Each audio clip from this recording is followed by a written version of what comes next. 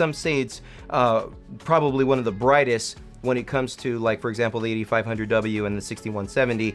Nevertheless, I still think it's really great. In addition to that, you won't be able to find this garage door opener motor in the retail channel. You'll only be able to get it through their dealer pro channel or a dealer contractor, unless they decide to go with like the wall mount version on the Beam product, or they called it Beam Up. It's basically the retail version of the Guardian product.